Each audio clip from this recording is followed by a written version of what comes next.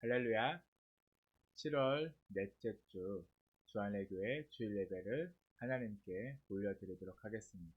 오늘도 우리 예배 가운데 함께 하시고 우리의 예배를 받으시며 또 우리의 찬양을 기뻐 받으실 걸 믿으며 이 시간 주님께 함께 기쁜 마음으로 함께 찬양으로 영광 돌리며 나아가도록 하겠습니다.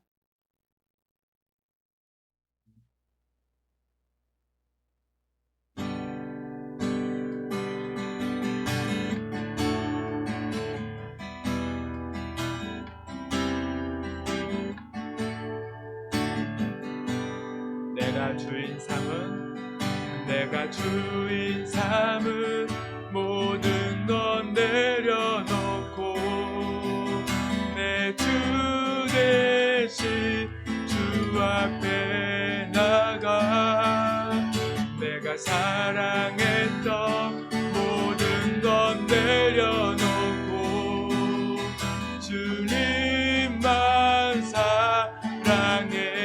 한 번 더. 내가 주인 삼은 모든 것 내려놓고 내 주 대신 주 앞에 나가 내가 사랑했던 모든 것 내려놓고 주님만 사랑해.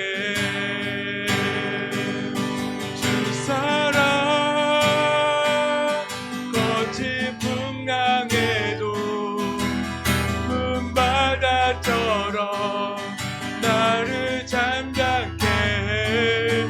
주 사랑 내 영혼의 반석 그 사랑 위에 서리. 한 번 더. 내가 주인 삼은 모든 것 내려놓고 내 주 대신 주 앞에 나가 내가 사랑했던 모든 것 내려놓고 주님만 사랑해. 주 사랑 거친 풍랑에도 깊은 바다처럼 나를 잠잠케 해. 주 사랑 내 영혼의 반석 그 사랑 위에 서리. 주 사랑 거친 풍랑에도 깊은 바다처럼 나를 잠잠케 해. 주 사랑 내 영혼의 반석 그 사랑 위에 서리. 주 사랑 거친 풍랑에도 깊은 바다처럼 나를 잠잠케 해. 주 사랑 내 영혼의 반석 그 사랑 위에 서리.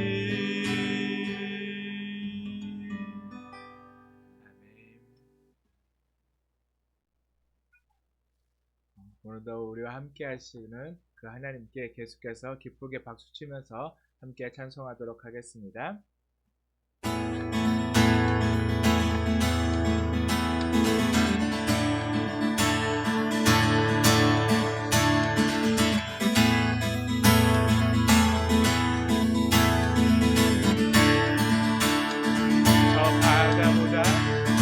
저 바다보다도 더 넓고 저 산과 하늘보다 더 높은 주님의 은혜가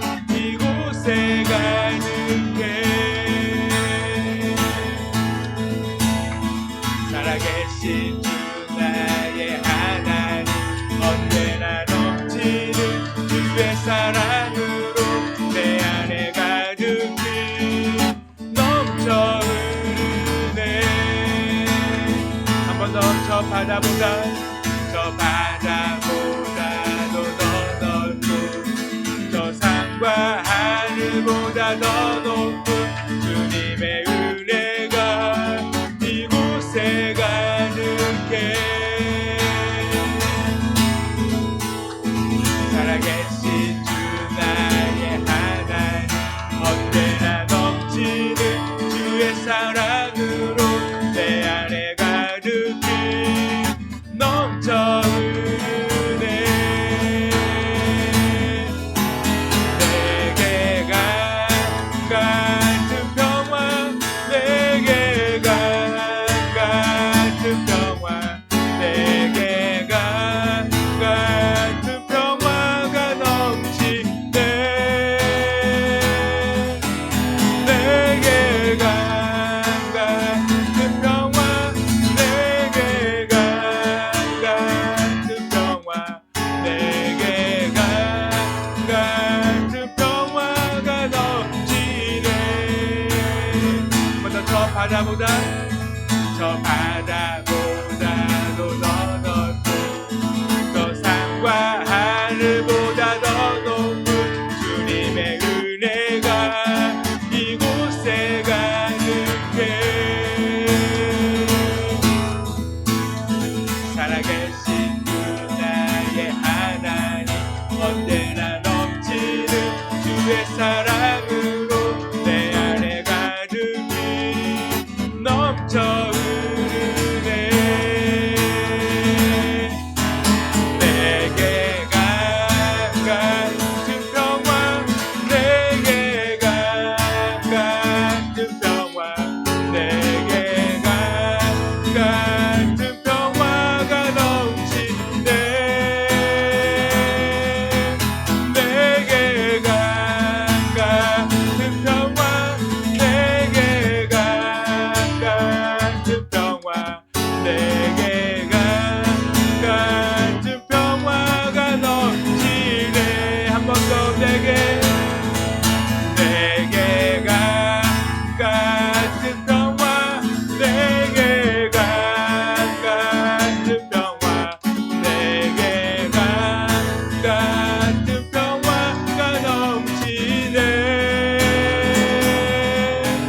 내게 같은 평화 내게 같은 평화 내게 같은 평화가 넘치네.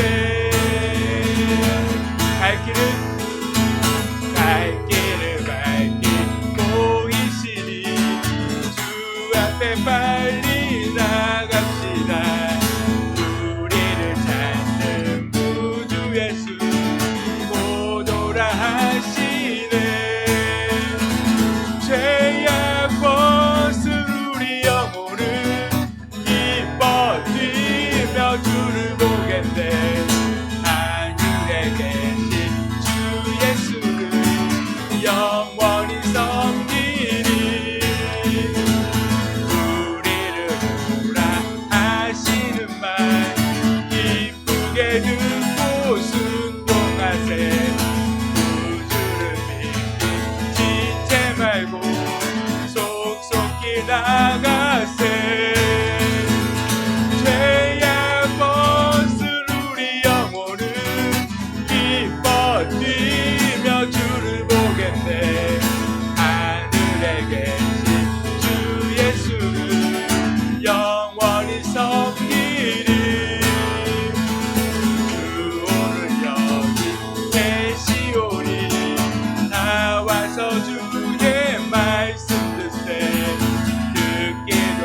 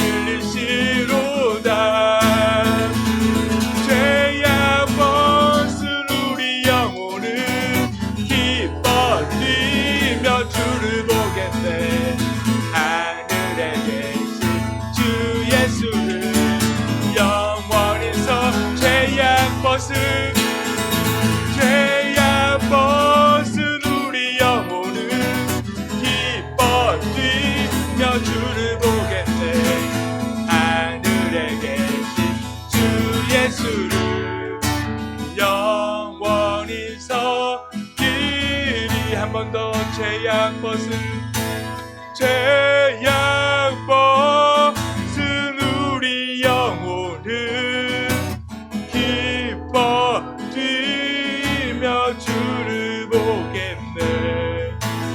하늘에 계신 주 예수를 영원히 섬기리.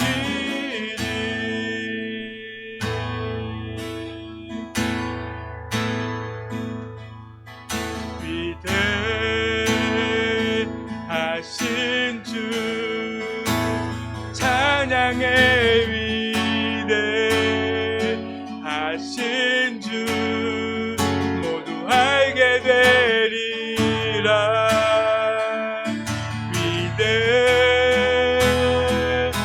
위대하신 주 한 번 더 위대하신 주 위대하신 주 찬양의 위대하신 주 모두 알게 되리라. 위대하신 주 모든 이름 위에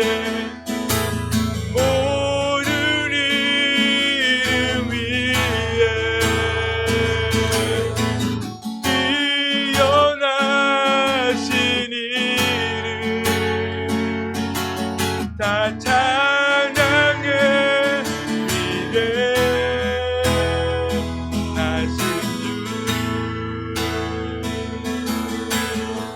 위대하신 주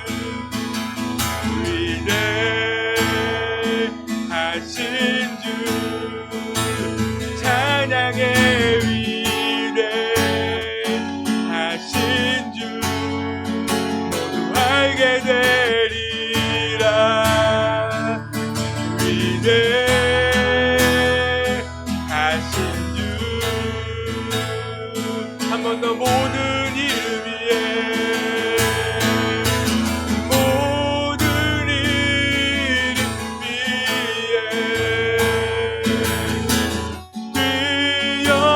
뛰어나신 이름 다 찬양해. 위대하신 주 모든 이름 위에 모든 이름 위에 뛰어나신 이름 다 찬양해. 위대하신 주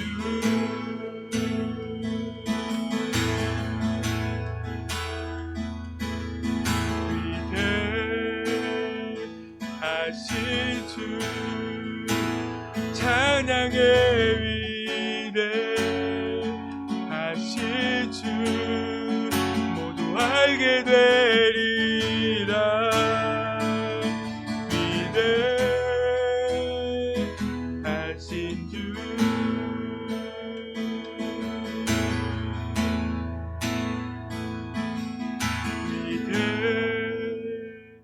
위대하신 주 찬양의 위대하신 주 모두 알게 되리라.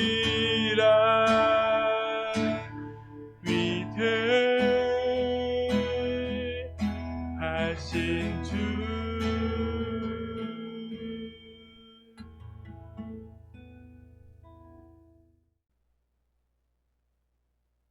내가 두려워하는 날에는 내가 주를 의지하리이다. 내가 하나님을 의지하여 그의 말씀을 찬송하며 여호와를 의지하여 그의 말씀을 찬송하리이다. 내가 하나님을 의지하였음즉 두려워하지 아니하리니 사람이 내게 어찌하리이까. 아멘.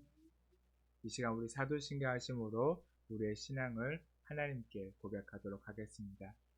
전능하사 천지를 만드신 하나님 아버지를 내가 믿사오며 그 외아들 우리 주 예수 그리스도를 믿사오니 이는 성령으로 잉태하사 동정녀 마리아에게 나시고 본디오 빌라도에게 고난을 받으사 십자가에 못 박혀 죽으시고 장사한 지 사흘 만에 죽은 자 가운데서 다시 살아나시며 하늘에 오르사 전능하신 하나님 우편에 앉아 계시다가 거기로부터 산자와 죽은 자를 심판하러 오시리라. 성령을 믿사오며 거룩한 공교회와 성도가 서로 교통하는 것과 죄를 사하여 주시는 것과 몸이 다시 사는 것과 영원히 사는 것을 믿사옵나이다. 아멘. 이 시간 찬송가 412장 함께 찬송하도록 하겠습니다.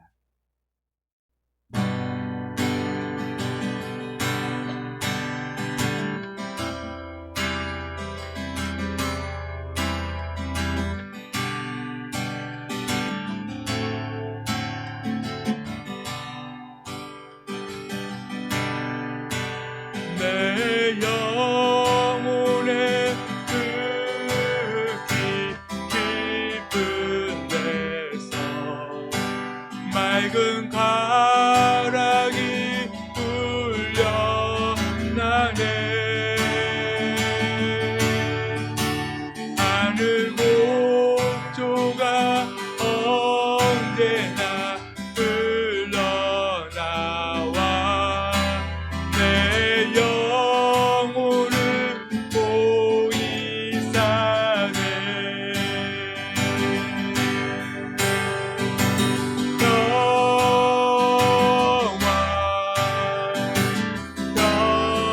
평화로다 하늘 위에서 내려오네. 그 사랑의 물결이 영원토록 내 영혼을 덮으소서. 내 마음속에 솟아나 이 평화를 깊이 묻지 보배로다.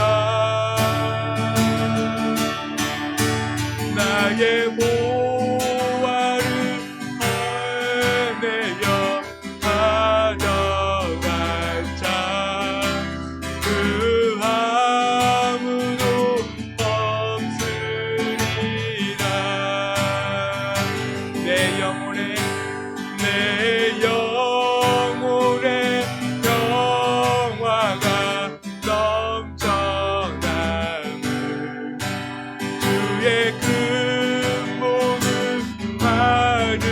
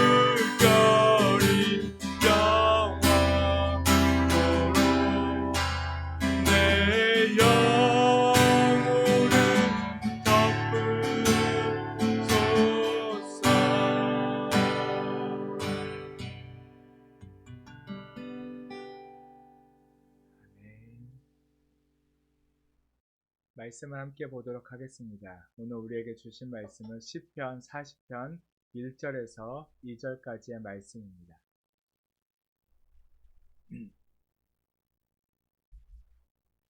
구약성경 시편 40편 1절에서 2절까지의 말씀 한 목소리로 함께 읽도록 하겠습니다. 내가 여호와를 기다리고 기다렸더니 귀를 기울이사 나의 부르짖음을 들으셨도다. 나를 기가 막힐 웅덩이와 수렁에서 끌어올리시고 내 발을 반석 위에 두사 내 걸음을 견고하게 하셨도다. 아멘. 어느덧 또 7월 마지막 주 예배를 드리게 됐습니다. 이렇게 7월 한 달 동안도 우리를 지키시고 함께 해주신 또 그 하나님의 은혜를 기억하고 또 무엇보다도 긴 장마 속에서도 또 지켜주시고 폭우 가운데서도 지켜주신 그 하나님께 이 시간 감사하는 마음으로 또 우리에게 주신 말씀을 기억하고 생각하면서 우리가 그 말씀을 통하여서 주님을 더 깊이 알고 주님의 마음을 더 알아갈 수 있는 주님의 뜻을 알아가는 귀한 시간 되게 해달라고 이 시간 먼저 이 말씀을 위해서 함께 기도하며 나아가도록 하겠습니다.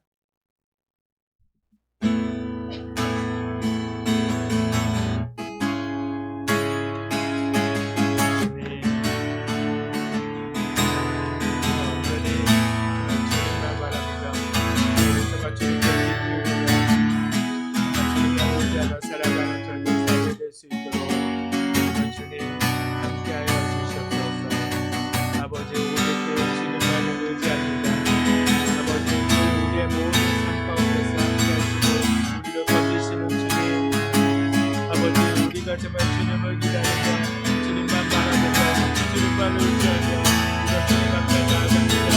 주님께서 늘 우리 안에 함께 하시고 아버지 정말 주님 우리를 늘 세우셨고 우리가 진정한 주님의 자녀로 살아갈 수 있도록 아버지 우리를 붙들어 주시는 그 주님을 기억하며 아버지 그 안에 살아가는 것을 되게 하여 주시고 아버지 진심으로 감사드립니다.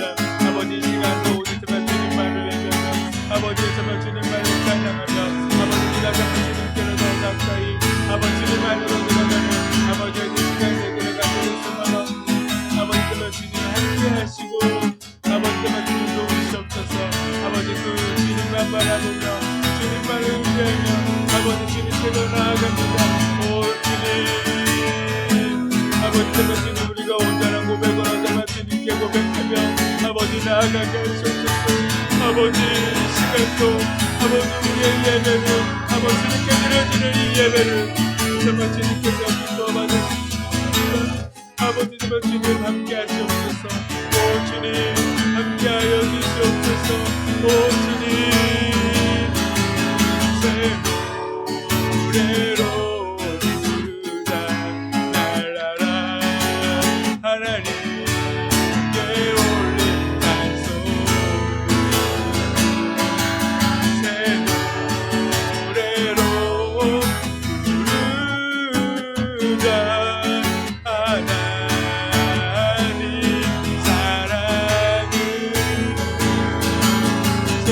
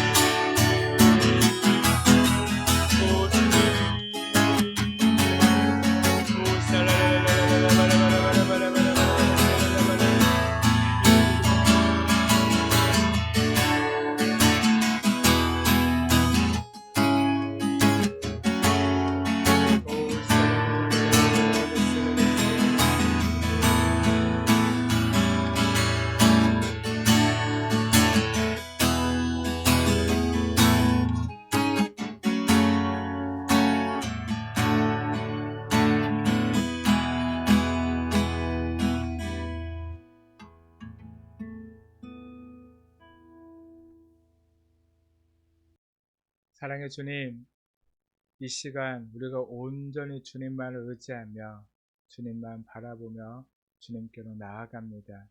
우리가 다른 거 의지하지 않습니다. 오직 주님만 의지합니다. 주님이 내 삶의 전부이며 또한 내 삶의 주인 되심을 우리가 이 시간 온전히 고백하며 주님께 우리의 삶을 드려 나아가오니 우리를 받으시고 우리 예배 가운데 함께하여 주시옵소서. 날마다 오직 주님만을 찬양하고 오직 주님만을 예배하는 저희들 되게 하여 주시옵소서. 이 시간도 주님께 더 가까이 나아가며 주님의 말씀을 사모하오니 우리에게 말씀하여 주시옵시고 그 말씀이 깨달아져 온전히 주님의 뜻을 분별하여 그 말씀에 순종하며 살아가는 저희들 삶이 될 수 있도록 함께하여 주시옵소서. 주님 또한 이곳 가운데 임재하여 주시고 우리의 예배를 받아 주시옵소서. 감사드리며 예수님의 이름으로 기도드렸습니다. 아멘. 오늘은 기가 막힐 웅덩이와 수렁에서 내가 할 일이라는 말씀으로 이 시간 함께 말씀을 나누고자 합니다. 이번 주부터 오랫동안 기다렸던, 또한 기다리고 기다렸던 그런 휴가 시즌이 돌아왔습니다. 지금은 특별히 그 예전처럼 또 특별히 이렇게 뭐 휴가 기간들이 뭐 이번 7월 마지막 주, 7월 첫째 주 그렇게 되어지지 않고 자기가 원할 때 휴가를 많이 떠나지만 그래도 아직 우리가 7월 말이나 8월 초는 휴가철이라고 하죠. 그래서 많은 사람들이 뭐 장마나 무더위 속에서 이날만을 아마 기다리면서 또 그렇게 열심히 일을 했던 그 휴가가 희망이 되고 힘이 되어진 그런 기대감으로 살아오신 분들이 생각보다 많이 있을 것입니다. 그러나 한 가지로는 또 이렇게 휴가가 이렇게 다가오긴 했지만 장마가 아직 끝나지 않았죠. 또 계속된 장마로 인해서 날씨를 종잡을 수가 없잖아요. 뭐 아까도 잠깐 뭐 이렇게 뉴스를 보니까 뭐 강원도 원주에 국직선 그 소나기가 쏟아지는데 쏟아지는 그 사진을 보니까요. 어떻게 쏟아지나요? 도시가 있는데 도시 중앙에 그 기둥처럼 소나기가 쏟아지더라고요. 정말 날씨가 맑다가도 갑자기 비가 오고 또 비가 왔다가도 1시간이 지나면 금방 다시 또 막 이렇게 뭐라고 하죠? 엄청나게 더워져 가지고 폭염이라고 금방 다시 또 이렇게 안내 문자가 뜨는 것을 볼 수가 있습니다. 이렇게 휴가 날짜를 잡으면서 또 휴가 날짜가 돌아오면서 많은 사람들이 계속해서 이렇게 아마 날씨 어플들을 확인했을 거예요. 내가 가는 휴가 날에는 날씨가 괜찮을까? 비가 오면 어떻게 하지? 태풍이 올라오면 어떻게 하지? 하는 그런 생각들로 아마 이렇게 시간들을 보내고 있을 줄 압니다. 힘들게 하던 일들을 내려놓고 그래도 잠시나마 쉴 수 있다는 것은 아마 삶의 큰 활력소가 될 것입니다. 그런 것처럼 우리의 삶에 희망이 없다면 살아갈 수 있을까요? 소망이 없다면 아마 많이 힘들 겁니다. 희망이 있기에 우리의 삶에 그 희망이 큰 힘이 되어줄 때가 정말 많이 있습니다. 그것마저도 없다면 아마 그것마저도 없어서 삶을 포기하는 사람들이 생각보다 우리 주위에는 많이 있다는 것을 우리는 기억해야 합니다.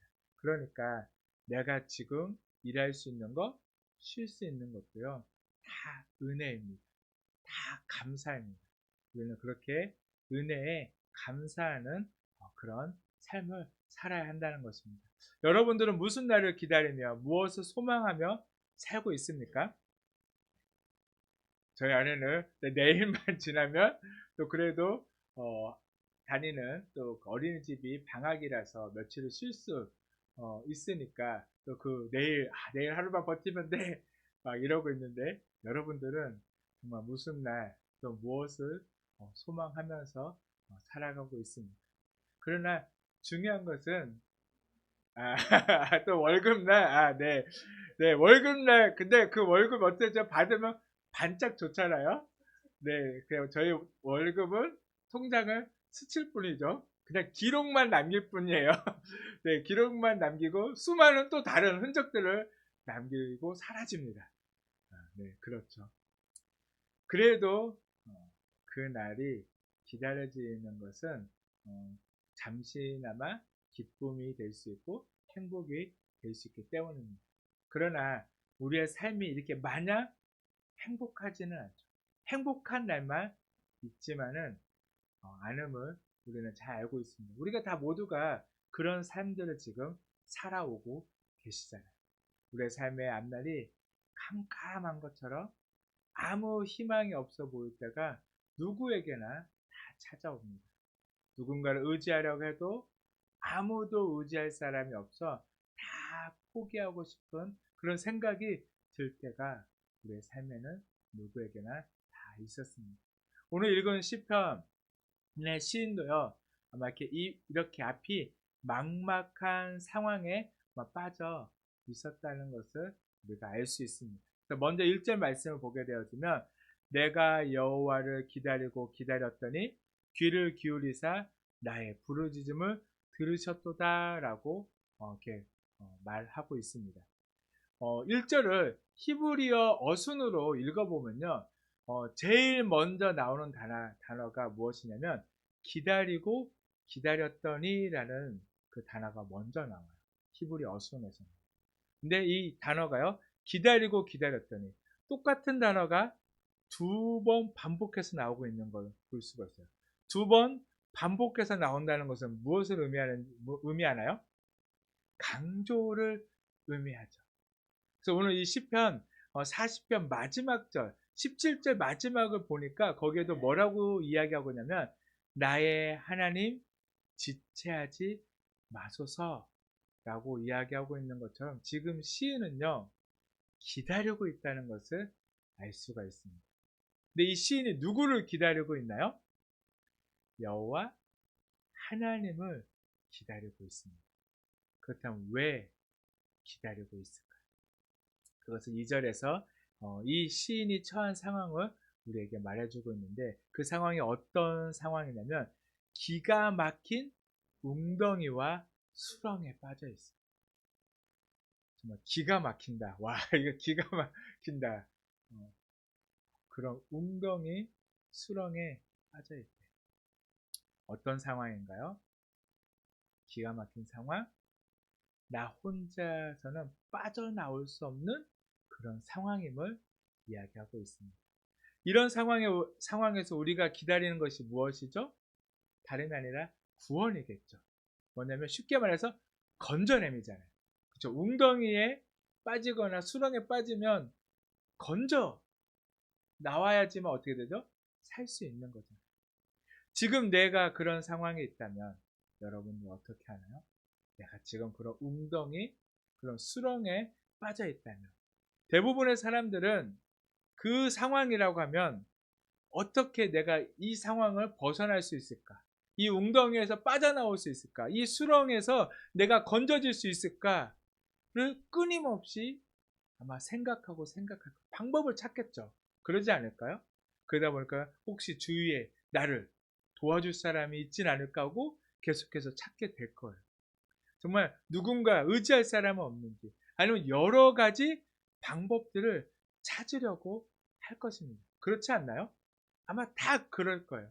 제가 얼마 전에 그 탈주라는 영화를 봤어요. 북한에서 남한으로 탈주하려고 하는 그 남한 병사, 그 주인공이 이재훈이라는 배우였는데 그 배우가 열심히 달리다가 이렇게 약간 이렇게 보면 무슨 조그마한 뭐 이렇게 뻘 같은 그런 곳이 이렇게 물가가 나왔어요. 막 달리다가 들판을 달리다가 아무 대수롭지 않게 그냥 얇은 물가겠지라고 생각하고 그 길로 뛰어들었는데 그 순간 점점점 빠져들어가.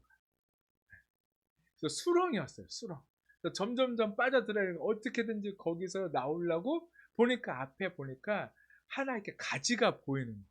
그래서 저것만 붙들면 살 수 있겠구나라고 생각하고 열심히 거기로 이렇게 빠져 들어가면서 걸어갔어요. 네, 빠져 들어가면서. 근데 결국에는 어떻게 됐을까요? 진짜 쑥 잠기게 됐어요. 쑥 잠기게. 포기할 만도 한데 진짜 숨도 쉴 수 없고 완전히 잠긴 그 상황에서도 그 배우는 주인공은 끝까지 나아가서 결국에는 그 가지를 붙들고 나와요. 실제 상황에서는 그럴 수 있을까 없을까요? 거의 불가능하죠. 영화니까 영화적 소재예요. 소재. 대부분은요 수렁에 빠지면 누군가가 밧줄을 던지거나 누군가가 건져주지 않으면요 절대로 나올 수 없는 것이 수렁이에요. 수렁에서 이렇게 앞으로 나아갈 수도 있을까요? 아니요, 없어요. 왜냐면 계속 빠져드는데 어떻게 앞으로 나아갈 수? 그냥 그 자리에서 허우적 되다가 빠져 죽는 게 우리의 모습일 것입니다. 그렇게 문제가 발생하면 우리는 어떻게 하나요? 우선 그 문제를 해결할 방법을 찾을 거예요. 누구나 마찬가지입니다. 그 문제가 생기면 그 문제를 해결하기 위해서 스스로 노력할 것입니다. 다 그럴 거잖아요. 그렇지 않나요? 문제가 있는데 가만히 손 놓고 있는 사람이 있나요? 아니죠. 어떻게든지 그 문제를 해결하려고 합니다. 저도 오늘 설교를 준비하면서 오늘 그 예배를 준비하면서 문제를 닥쳤습니다. 어떤 문제였냐면 분명히 제가 설교 원고를 다 쓰고요. 저장도 했어요. 다 저장도 하고 또 다음 주 것까지 준비를 하면서 다음 주 것까지도 기본적인 틀을 잡고요. 같이 저장을 했어요. 이번 주 거 저장하고 다음 주 걸 저장하고 난 후에 오늘 예배를 드리기 전에 다시 한번 확인을 해봐야 한번 읽어보고 좀 정리할 부분이 있으면 정리해야지라고 그 설교 폴더를 열었는데 그래서 오늘 주제 오늘 이렇게 날짜 있는 거를 딱 그 문서를 클릭을 했는데 앞에 부분만 있고 없는 거예요. 전 순간 당황했어요. 아니 내가 분명히 저장도 다 했고 확인을 하고 다음날 것까지도 다 한 것까지 확인을 했는데 저장이 안 돼요. 순간 당황했어요. 여러분들은 어떠실 것 같아요? 내가 분명히 다 모든 걸 다 했고 완벽했고 또 그 확인까지 다 했는데도 저장이 안 돼 있는 그 상황. 그래서 저는 순간 제 노트북에 제가 사무실에 있어서 그 SSD 그 SSD 그 메모리에만 있는 저장을 안 하고 노트북에 저장했나 하고 급하게 집으로 왔어요. 그래서 노트북을 가지고 다시 교회를 갔습니다. 열어봤는데 어땠을까요? 없었어요. 순간 이걸 어떻게 해야지. 나는 분명히 몇 번을 확인하면서 저장까지 다 하고 했는데도 없는 거예요. 제 딴에는 진짜 그 문제가 딱 닥치니까 어떻게 했죠? 원인, 분석.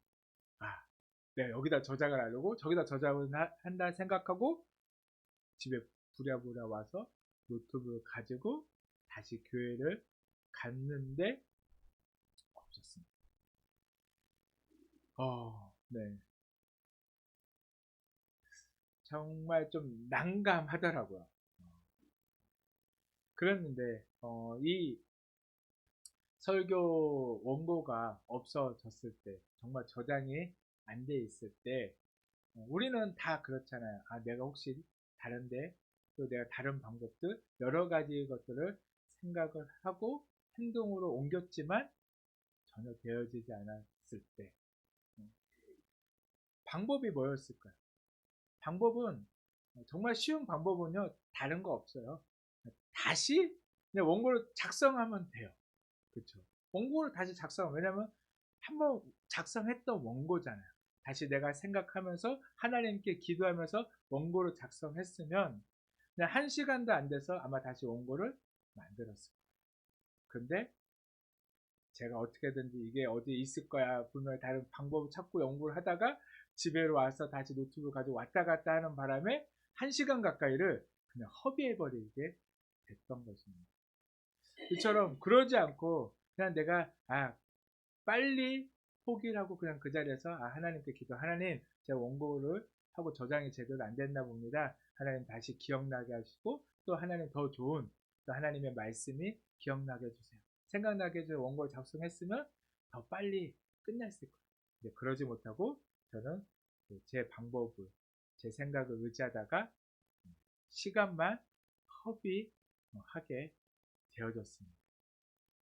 그처럼 우리가 살아가다 보면요, 문제가 닥쳤을 때 대부분 많은 사람들은요, 그 문제 앞에서 내가 그 문제를 먼저는요 해결할 수 있을 거라고 생각을 해요. 해결할 수 있을 거예요. 그러나 그러다 보니까 내 방법, 내 경험, 내 지식 그런 것들을 우리가 의지할 때가 많이 있다는 거예요.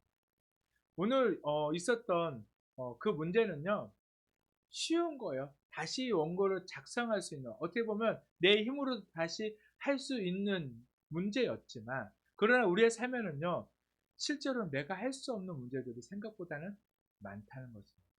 우리는 그럴 때 어떻게 해야 하냐는 거예요. 오늘 본문에서 시인은 우리 웅덩이와 수렁 속에 있었을 때 어떻게 했을까? 1절 말씀을 다시 보니까 뭐라고 말씀하고 있냐면 내가 여호와를 기다리고 있다고 말씀하고 있습니다. 누굴 기다리나요? 여호와 하나님을 기다리고 있다. 그처럼 오늘 시인은 그리스도인의 삶의 문제 앞에 있을 때 어떤 모습이 되어야 하는지, 우리가 어떤 행동을 해야 하는지에 대해서 말씀해 주고 있습니다. 문제 앞에 그리스도인은 내가 답을 찾는 것이 아니라, 문제에서 나오는 것이 답이 아니라 답은 하나님이라는 것을 알아야 한다는 것입니다. 이것이 저번 주에 저희가 보았던 그 욥기서의 가르침이에요. 욥은 처음에는 잘 알지 못했어요. 내 문제 앞에 있을 때 잘 알지 못했습니다. 자기가 생각하기에 나는 의롭잖아요. 하나님 앞에 제가 없기에 이 문제가 왜 왔는지를 몰랐어요. 왜 이 문제를 내가 당해야 하는지도 몰랐어요.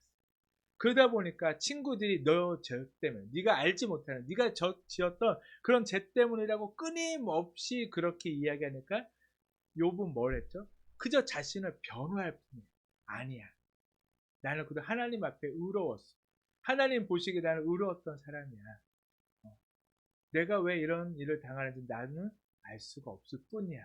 라고 끊임없이 그렇게 이야기하고 변론하고 그렇게 친구들이랑 얘기했지만, 그러나 결국에 답은 뭐였죠?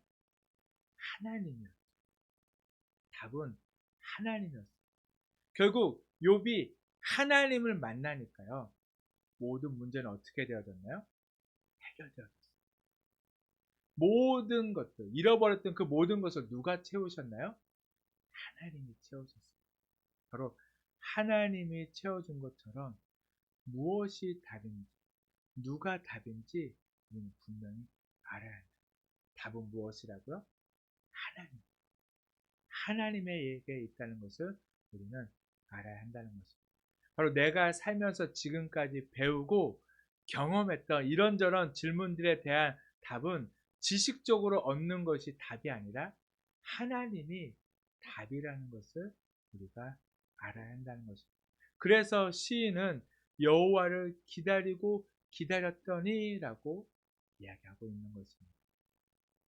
그래서 기가 막힌 웅덩이와 그 수렁에서 어떻게 돼요? 건진 바 되어져. 나를 건질 분은 누구라고요? 하나님이라는 것을 알게 되었고 또 알았고, 그래서 그 하나님께 간구하며 그 하나님만을 기다리고 있는 것을 볼 수가 있습니다. 그런데 여기서 기가 막힌 웅덩이, 이 기가 막힌 웅덩이는 뭘까요? 기가 막힌 웅덩이, 그거는 파멸의 웅덩이, 죽음의 웅덩이라고 볼 수가 있습니다. 창세기를 보면 이런 웅덩이에 빠졌던 사람이 있죠. 우리가 잘 아는 한 사람. 누군지 아시나요? 요셉입니다. 요셉. 요셉은 형들에 의해서 웅덩이에 빠졌어요. 물은 없었지만 물이 없는 그 웅덩이에 빠졌습니다. 근데 그 웅덩이에 빠졌을 때 요셉이 자신의 힘으로 자의적으로 그곳을 빠져나올 수 있었나요? 없었죠. 그곳에서 형들이 다시 건져내지 않고 그곳에 버려두고 간다면 요셉은 어떻게 되어졌을까요? 그 웅덩이에서 죽었겠죠. 누구도 요셉을 건져주지 않았다면 요셉은 곧 그 웅덩이에서 죽었을 거예요. 그 웅덩이는 어떤 웅덩이에요? 죽음의 웅덩이예요. 그러나 그곳에서 누군가가 건져줬다고 했어요. 요셉을 건져줬다 해가지고 요셉의 인생이 풀려졌나요? 아니죠. 다시 형들이 요셉을 건져냈지만 요셉은 어떻게 됐나요? 이제는 자신의 자유의지로 살 수 없는 뭐가 됐나요? 노예가 되었어요. 그 웅덩이는 어떤 웅덩이인가요? 파멸의 웅덩이입니다. 그러나 요셉은 그 웅덩이에 빠졌지만 내가 노예가 되어졌지만 요셉은요 누구를 의지했나요? 하나님만 의지했어요. 요셉도 알았어요. 내 삶의 문제의 답은 하나님이라는 걸 알았기에 그 하나님만을 의지했더니 요셉은 결국 어떻게 되어졌나요? 노예의 신분에서 이집트의 총리가 되어졌습니다. 그리고 수렁, 이 수렁은 앞에서도 이야기한 것처럼 진흙 가득한 늪이에요. 이 늪엔 한번 빠지면요 절대로 자신의 의지로는 나올 수 없는 곳입니다. 그곳에서는 방법을 찾다가 몸을 이리저리 틀다가 움직이다 보면 어떻게 되나요? 더 빨리 빠질 뿐이다. 이렇게 기가 막힌 웅덩이와 수렁과 같은 상황이 우리의 인생에 있을까요? 없을까요? 있다는 거예요. 지금도 그 상황에 놓여 있는 사람이 분명히 있을 것입니다. 그러나 우리는 이런 상황 속에서 우리가 어떻게 해야 하는지 우리는 분명히 알아야 한다는 거예요. 지금은 돌아가셨지만 그 제임스 몽고메리 그 보이스라는 목사님이 계세요. 그 목사님이 이 기가 막힌 웅덩이와 수렁에 대해서 네 가지로 말씀을 해준 것이 있습니다. 그래서 그 네 가지 첫 번째는요, 그 웅덩이와 수렁을요, 죄의 웅덩이라고 말을 하고 있어요. 오늘 이 10편, 40편은요, 누구의 시라고 되어 있나요? 10편, 40편 맨 위에 보니까 표제가 다윗의 시라고 되어져 있습니다. 다윗이 어떤 죄를 범했는지 우리는 잘 알고 있죠. 다윗은 밧세바를 범하고요. 그 죄를 덮기 위해서 또 어떤 행동을 했죠? 우리아를 죽였습니다. 뭐냐면 간음죄를 정하고 살인죄까지 짓게 되어졌습니다. 그렇게 그 죄를 짓고 난 후에 다윗은요 1년 정도 하나님과의 교제가 끊어진 상태로 지내게 되어졌습니다. 다윗은 늘 하나님만 의지하고 하나님만 바라보고 하나님이 말씀에 따라 순종했던 사람이잖아요. 그래서 하나님이 말씀하신 대로 살았더니 전쟁에서도 어떻게 했나요? 다 승리했잖아요. 그런데 1년 가까이 그 죄로 인하여서 하나님과의 교제가 끊어졌을 때 다윗은 어떤 상태였어요? 아마 절망적이었어요. 어떻게든지 그곳에서 빠져나오려고 몸부림쳤지만 한순간의 실수로 또한 그 실수를 덮기 위해서 여러 가지 방법들을 모략을 세웠지만 결국에는 어떻게 했나요? 더 깊은 수렁에 빠져서 다윗은 더 그 고통의 시간을 보내게 되어졌습니다. 바로 이게 죄의 웅덩이. 두 번째로는 패배의 웅덩이라고 말씀해주고 있습니다. 이 패배의 웅덩이는요, 어떤 웅덩이냐면 언제 끝날지 모르는 지루한 싸움, 또 승리가 보장되지 않는 그런 싸움, 그런 싸움을 싸우고 있는 것을 말해주고 있어요.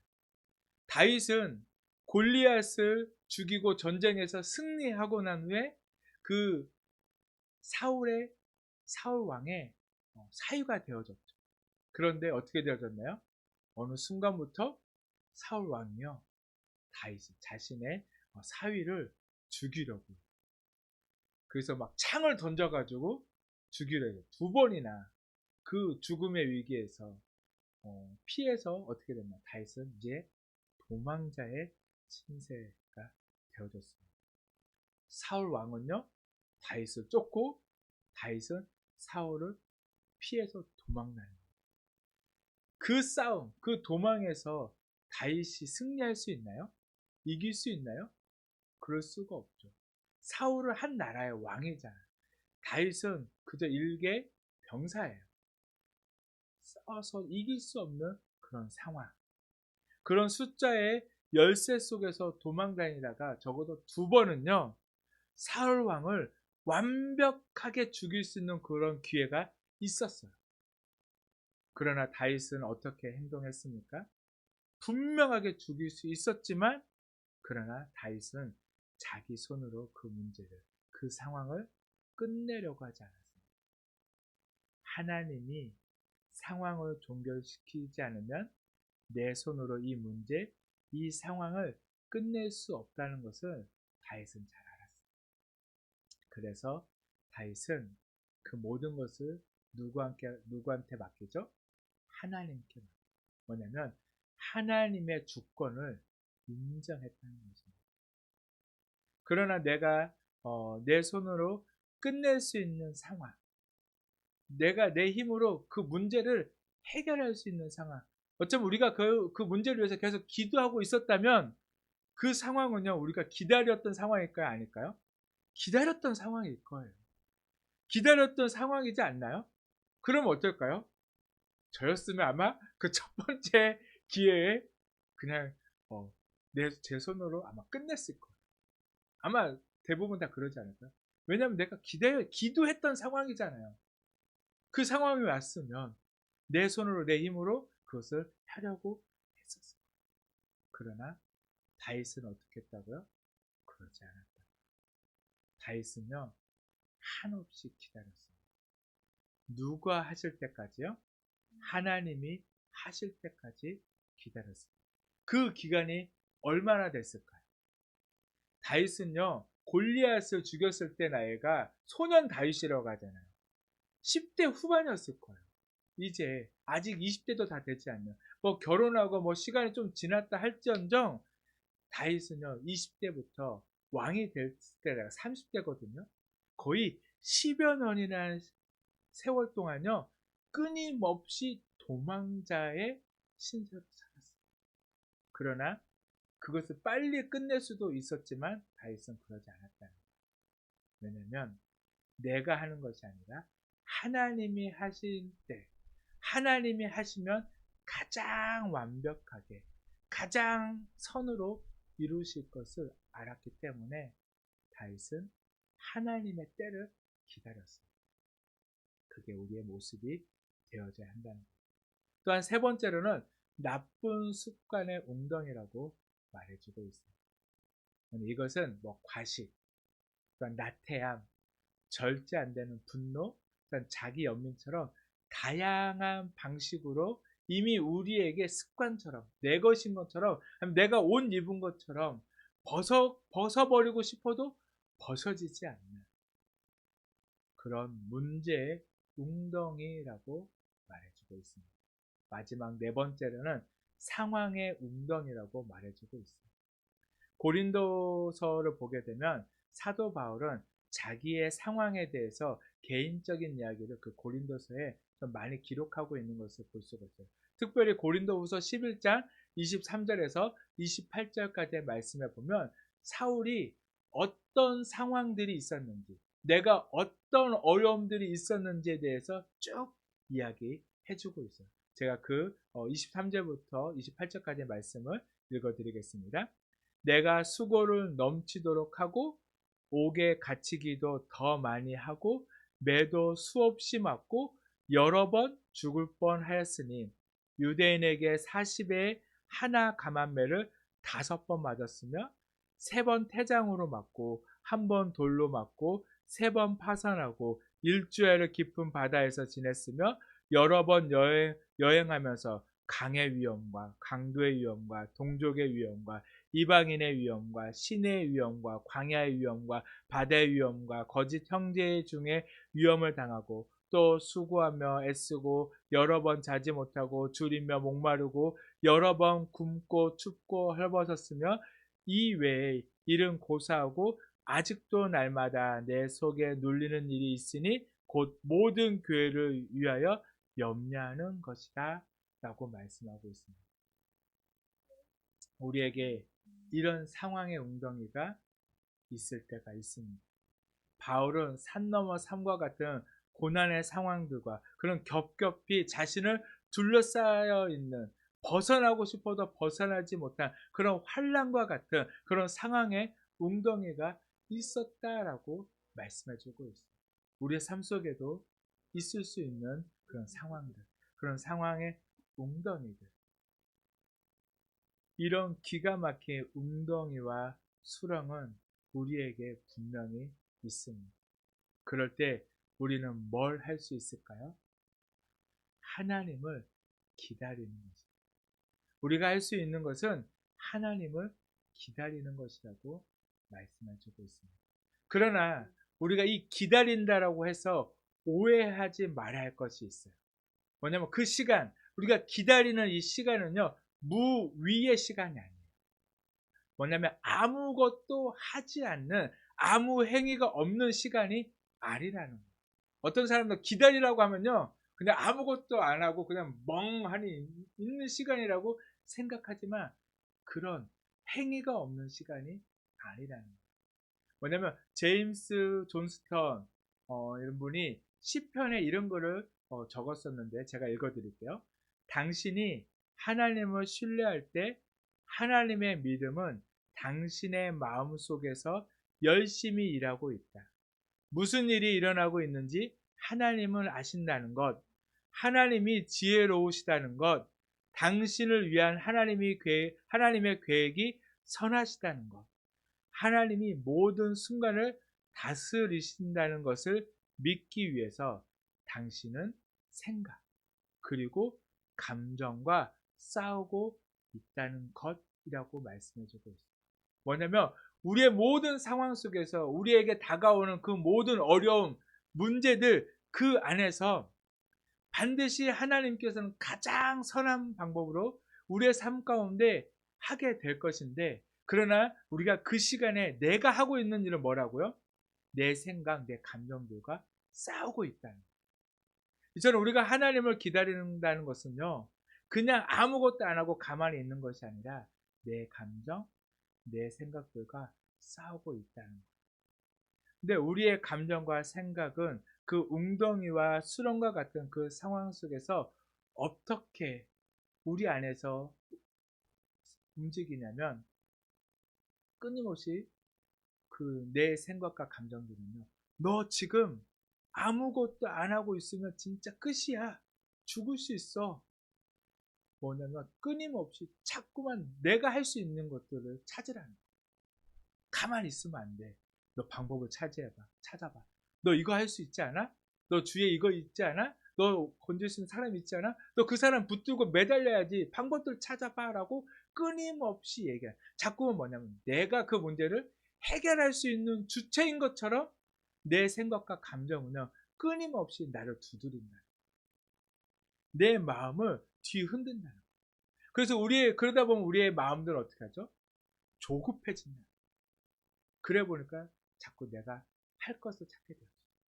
그런 실수를요, 한 사람이 있죠. 우리의 믿음의 조상이라고 알고 있는 아브라함 어땠나요? 하나님께서 아브라함을 찾아오셔서 뭐라고 하냐면 내가 너를 택하여서 큰 민족을 이루게 하겠다라고 말씀해 주셨어요. 그때 나이가 75세예요. 그래서 그 하나님의 말씀을 붙들고 아브라함은 떠나갔죠. 그래서 가나안 땅에 왔습니다. 그 땅에 와가지고요, 끊임없이 살았어요. 그래서 이제 한 10여 년의 시간이 지났는데, 이제 한 85세 그런 시간이 지났는데 어땠나요? 하나님이 자신을 큰 민족을 이루겠다라고 했는데 아직까지 자식이 없어요. 그러다 보니까 그래도 보니까 아브라함은 조금 참을만 했었던 것 같아요. 근데 누가 더 조급했을까요? 사라가 좀 더 조급했던 것 같아요. 그러니까 사라가 방법을 찾아오죠. 나를 통해서는 더 이상 자식을 낳을 수 없을 것 같으니까 그 한 여인을 첩을 얻어가지고 그 첩을 통해서 자식을 얻어라.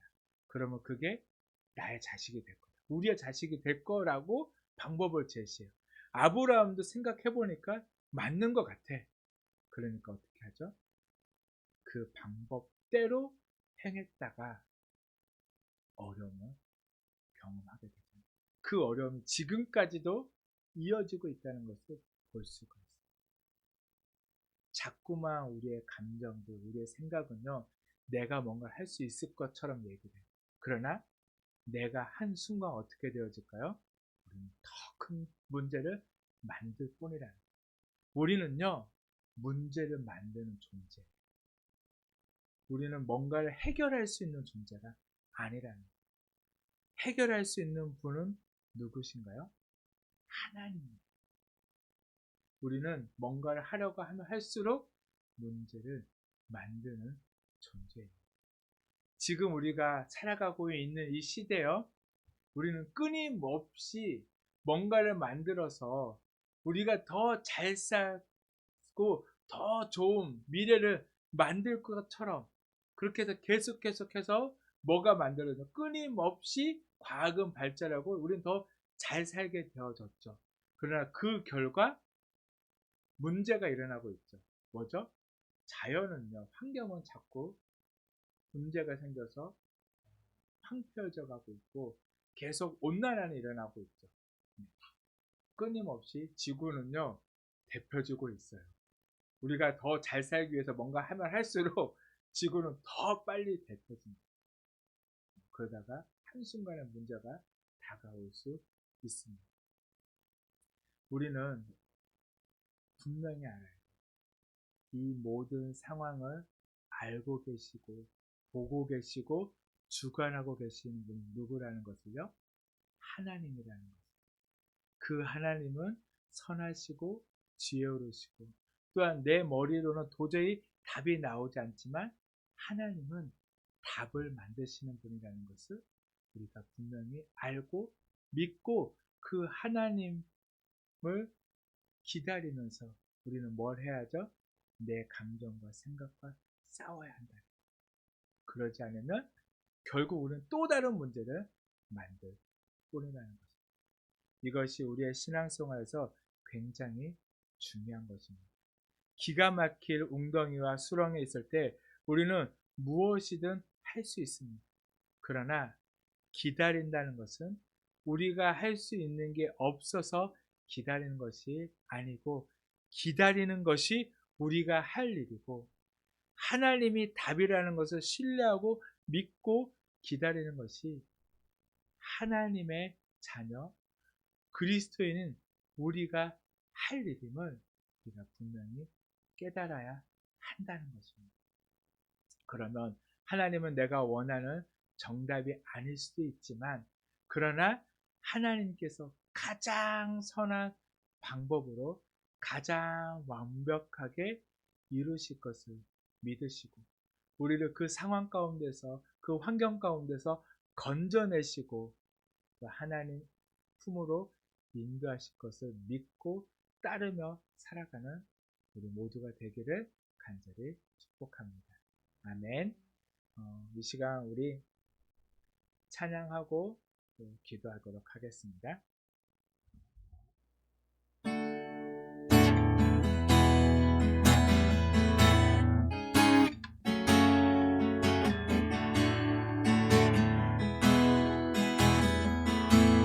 하나님의 음성을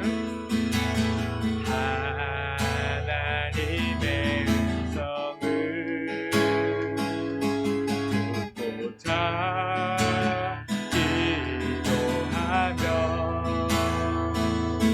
귀를 기울이시고 내 기도를 들어주신다.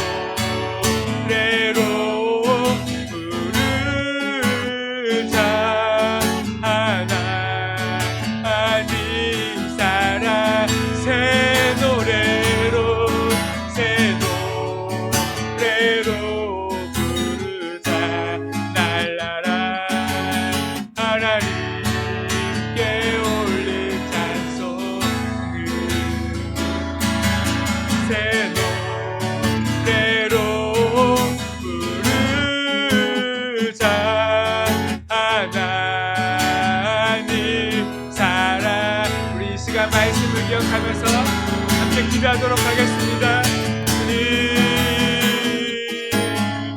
아버지, 우리가 온전히 주님만을 기다리며 아버지 정말 주님, 우리의 모든 생각과 감정과 아버지 우리가 싸워서 아버지 오직 정말 주님께서 하실 것을 기억하며 아버지 정말 주님 안에 살아가는 너희들 삶이 되게 하여 주시옵소서. 오 주님, 그 주님만을 의지합니다.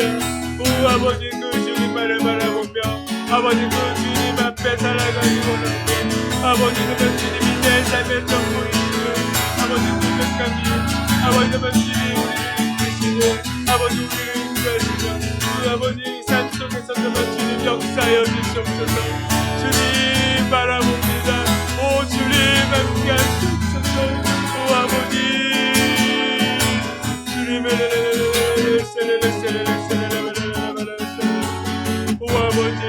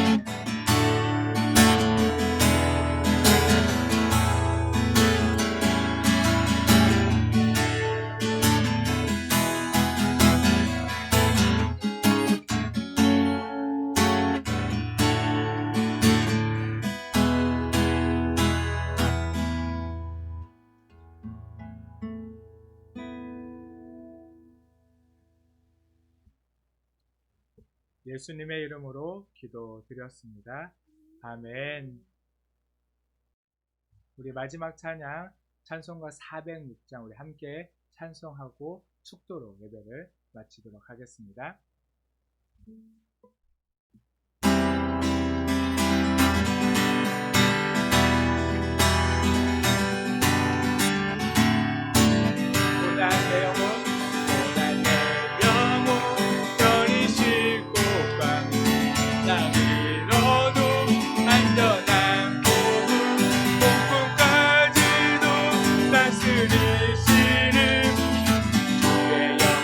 다르지에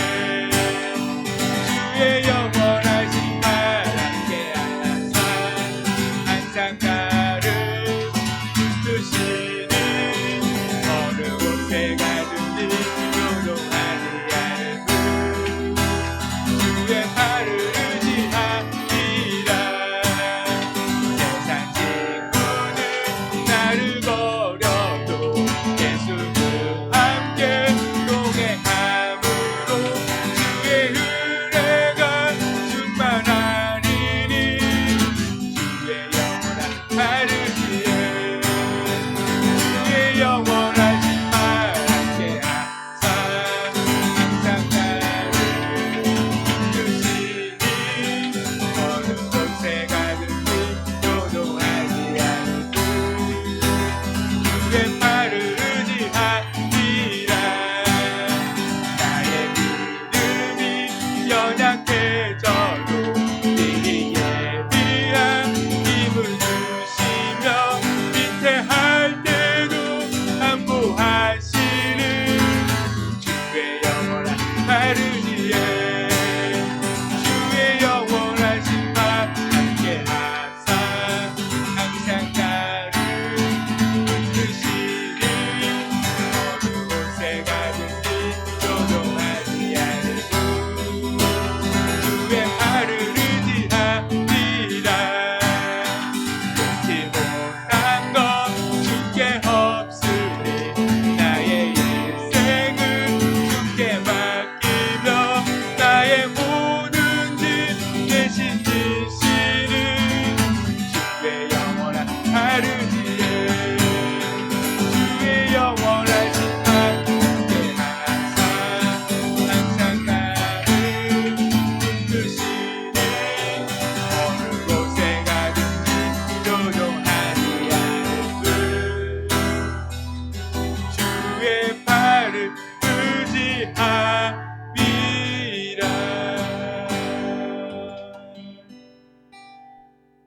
아멘. 사랑의 주님, 우리가 오직 주님만을 의지합니다. 우리의 전부 되시는 주님, 우리가 어떤 환경과 상황 속에서도 우리가 사람을 의지하지 않고 또한 세상을 의지하지 않고 또 내 생각, 내 감정, 내 경험들, 내 지식을 의지하는 것이 아니라 우리가 하나님을 기다리며 반드시 하나님께서 내 삶 가운데 일하시고 역사하실 것을 믿고 주님, 우리가 온전히 주님만 바라보며 살아가는 저희들의 삶이 될 수 있도록 우리가 내 방법을 구하지 않도록 주님께서 늘 붙드시고 함께하여 주시옵소서. 우리가 온전한 믿음으로 주님만을 의지하고 주님만을 신뢰할 수 있는 저희들의 삶이 되게 하여 주시옵소서. 이 시간도 주님께 귀한 예물을 정성껏 준비하여 올려드립니다. 주님 받아 주시옵소서. 또한 이 예물이 쓰이는 곳곳마다 주님의 아름다운 향기들이 아버지 널리 퍼져갈 수 있도록, 그래서 날마다 구원받는 자들이 더하여질 수 있도록 이 빛이 잃어가고 있는, 또한 소금이 맛을 잃어가고 있는 이 시대에 저희가, 또한 저희 교회가 귀히 쓰임받는 교회가 될 수 있도록 주님께서 늘 함께 하시고 지키시고 역사하여 주시옵소서. 또한 드린 손길도 기억하시고 늘 주님께서 넉넉함으로 채워 주시옵소서. 이제는 우리 주 예수 그리스도의 놀라우신 은혜와 하나님의 크신 사랑하심과 성령님의 감동, 감화, 교통하심이 이 시간 주님 앞에 나와 예배하고 온전히 주님의 말씀을 듣고 그 말씀을 붙들고 살아가고자 하는 우리 모든 주님의 백성들, 또한 주의 성도들 위해 이제부터 영원까지 함께 하시기를 간절히 축원하옵나이다. 아멘.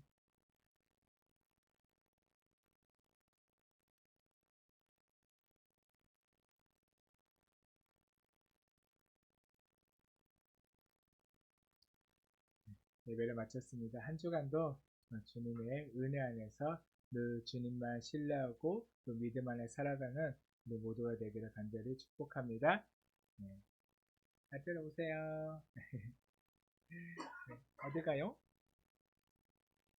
뒤로 이렇게 또 돌아서 보면 뭐가 달라요? 네.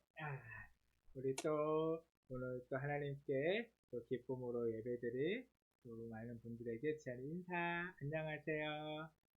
네. 지않아 이렇게 발로 차면 안 돼요. 네.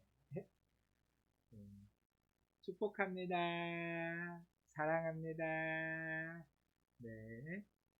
날씨도 덥고 또 비도 또 계속 온다고 하는데 그 모든 환경과 상황 속에서도 믿음 잃지 않고 늘 주님이 주시는 참 평안으로 승리하는 기쁨으로 살아가는 모두가 되기를 축복합니다.